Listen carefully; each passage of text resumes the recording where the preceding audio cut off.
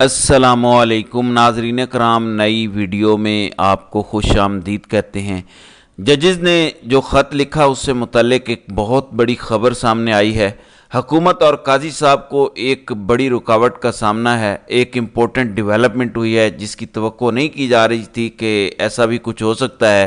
اس خبر کے بعد 99% چانسز ہیں کہ تصدق حسین جیلانی کی سربراہی میں جو انکوائری کمیشن بنایا گیا ہے وہ کمیشن کام نہیں کر سکے گا، اور اس بات کا بہت زیادہ قوی امکان ہے کہ جسٹس تصدق حسین جیلانی اس کام سے معذرت بھی کر سکتے ہیں، اور اگر انہوں نے معذرت نہ کی تو ان کے لیے کام کرنا انتہائی مشکل بلکہ ناممکن ہو جائے گا، کیونکہ دنیا جاگ چکی ہے اور دیکھ رہی ہے، اور خالصتاً اس کا مقابلہ عدالت کے اندر ہوگا، عدالت کے باہر نہیں ہوگا، اور جو اس معاملے کو دبانے کی کوشش کر رہے ہیں ان کو انتہائی ناکامی، سبکی اور ندامت کا سامنا کرنا پڑ سکتا ہے۔ آپ کے ساتھ اس خبر کی تفصیل شیئر کروں گا۔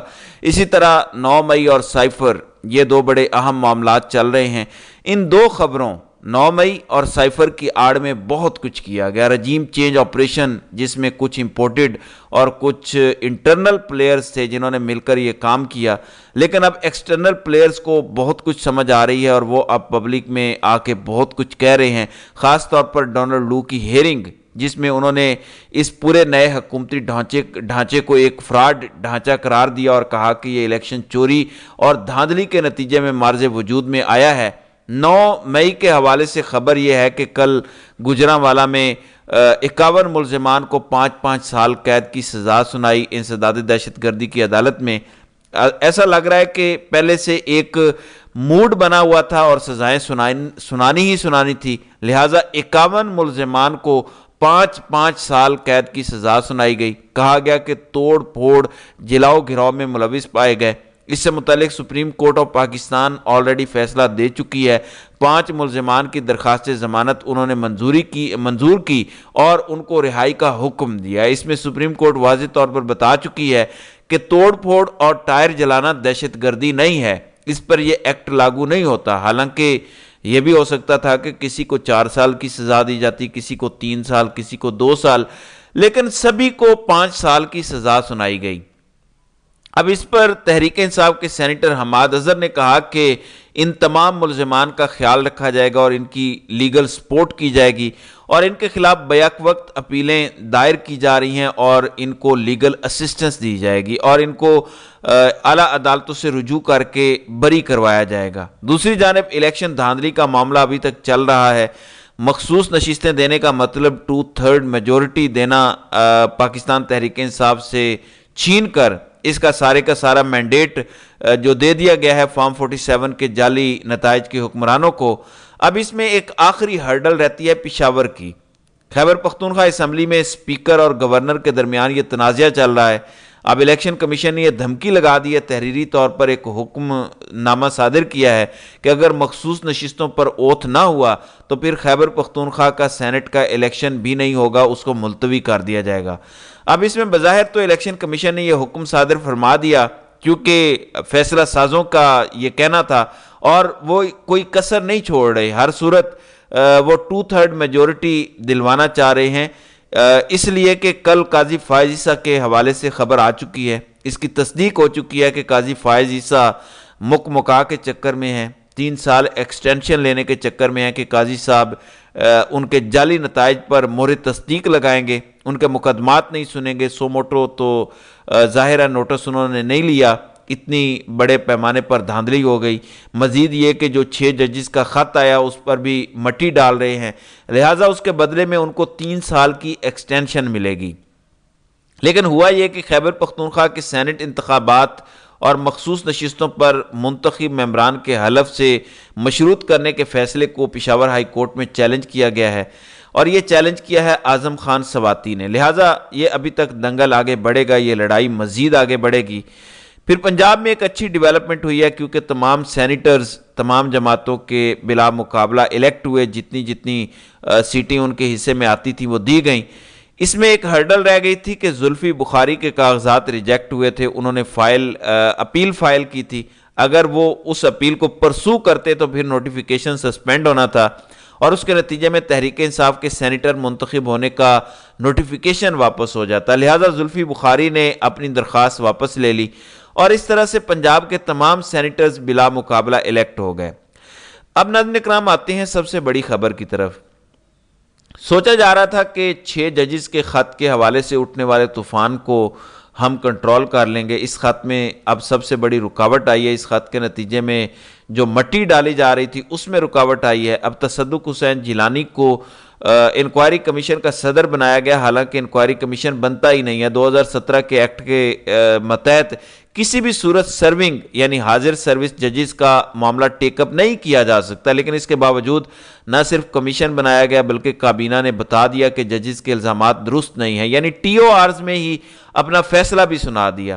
اب اس پر بہت زیادہ تنقید ہو رہی ہے کہ تصدق حسین جیلانی کو پاکستان تحریک انصاف نے نگران وزیر اعظم کے لیے بھی نومینیٹ کیا تھا. یہ درست ہے، لیکن معاملہ یہ ہے کہ یہ کام ہو نہیں سکتا، آئین اور قانون اس کی اجازت نہیں دیتا. اب خواہ کسی فرشتہ صفت سے بھی آپ یہ کام کروا لیں، یہ معاملہ غلط ہی متصور ہوگا، کیونکہ ہر ایک کے ذمہ ایک ذمہ داری ہوتی ہے اور اس نے وہی کرنا ہوتا ہے. تو انکوائری کمیشن ایکٹ کے ذریعے یہ معاملہ ہونا نہیں تھا، لیکن کیا گیا، اور ساتھ ہی کابینہ نے یہ بھی بتا دیا کہ یہ الزامات درست نہیں ہیں، یہ نامناسب اور غلط الزامات ہیں 6 ججوں کے. لیکن اب یہ ہوا ہے کہ ملک کے تقریباً 300 سے زیادہ وکلاء، پروفیشنل، پرفیکٹ اور غیر سیاسی قسم کے یہ وکلاء ہیں، مختلف بارز ملک بھر کی، ان میں سے 300 سے زائد وکلاء نے تصدق حسین جیلانی کے کمیشن کو نہ صرف ریجیکٹ کیا ہے بلکہ خلاف آئین اور خلاف قانون قرار دیا ہے. ان 300 وکلاء میں تصدق حسین جیلانی کے اپنے صاحبزادے بھی شامل ہیں. انہوں نے بھی اس سے ڈس ایگری کیا اور کہا کہ کمیشن کا کام درست نہیں ہے. ایجنسیوں کی مداخلت سے متعلق 6 ججز کے الزامات انتہائی سنگین ہیں.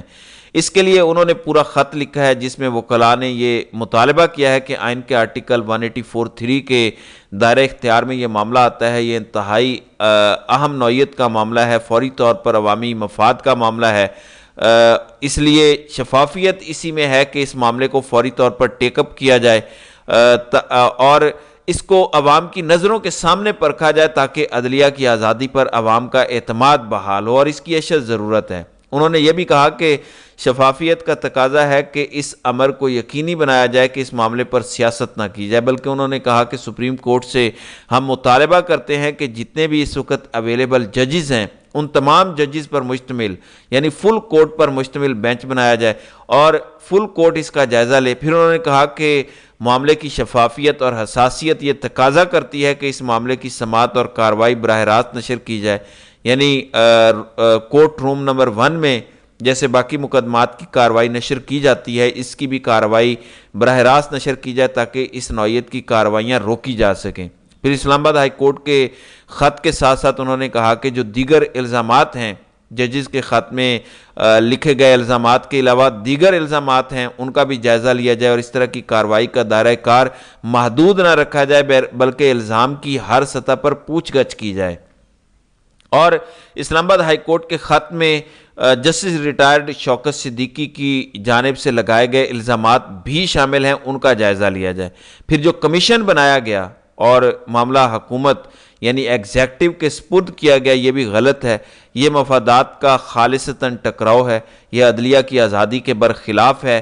عدلیہ کی آزادی کا ایک اصول آئین نے فراہم کیا ہے کہ ایگزیکٹو کو انتظامی عہدیدار کو اس میں بالکل کوئی اختیار نہیں دینا چاہیے اور یہ خلاف ورزی ہے. انہوں نے یہ بھی کہا کہ سپریم کورٹ کی جانب سے جو پریس ریلیز جاری کیا گیا اس میں یہ تو کہا گیا کہ اس ملاقات کی اجازت دے دی فل کورٹ نے، لیکن اس کے بعد یہ نہیں بتایا گیا کہ یہ جو کمیشن بنایا گیا ہے جو کہ غیر آئینی اور غیر قانونی ہے، اس کے بارے میں خود فل کورٹ کیا کہتی ہے اور ججوں نے کس رائے کا اظہار کیا ہے. پھر 300 وکلاء نے کہا کہ ہم انتہائی عدم اطمینان کا اظہار کرتے ہیں اور اس کو ہم ریجیکٹ کرتے ہیں. پھر انہوں نے کہا کہ ریاست کا ایگزیکٹو خود اس میں شامل ہے، ایک بازو خود 6 ججز کے الزامات میں شامل ہے، تو یہ کیسے ممکن ہے کہ حکومت خود ہی انکوائری کمیشن مقرر کر دے اور خود ہی اپنے خلاف لگائے گئے الزامات کی تحقیقات کروائے. لہٰذا فل کورٹ سنے اس معاملے کو، اور انہوں نے چیف جسٹس سے یہ مطالبہ نہیں کیا بلکہ سپریم کورٹ آف پاکستان سے مطالبہ کیا ہے کہ وہ اس معاملے کو دیکھے. یہ معاملہ صرف چیف جسٹس کا نہیں ہے، یہ ایک اتھارٹی کا نہیں ہے. اسی طرح سے انہوں نے کہا کہ قائم شدہ عدالتی اصول سے یہ انحراف ہے جو کچھ کیا جا رہا ہے حکومت کی طرف سے اور قاضی فائز عیسیٰ کی جانب سے۔ اس لیے غیر جانبدار اور آزاد فورم کے سامنے کارروائی کا تقاضا کیا جاتا ہے۔ تو ناظرین کرام، یہ ایک بم شیل ہے جو 300 وکلاء کی جانب سے گرایا گیا ہے، جو کسی دھماکے سے کم نہیں ہے۔ تو دیکھتے ہیں کہ اب اس حوالے سے آئندہ آنے والے دنوں میں مزید کیا ڈیولپمنٹ سامنے آتی ہیں۔ تو ناظرین کرام، آپ کی اس ویڈیو کے حوالے سے کیا رائے ہے؟ آپ اپنی رائے کا اظہار کامنٹ سیکشن میں ضرور کیجیے گا۔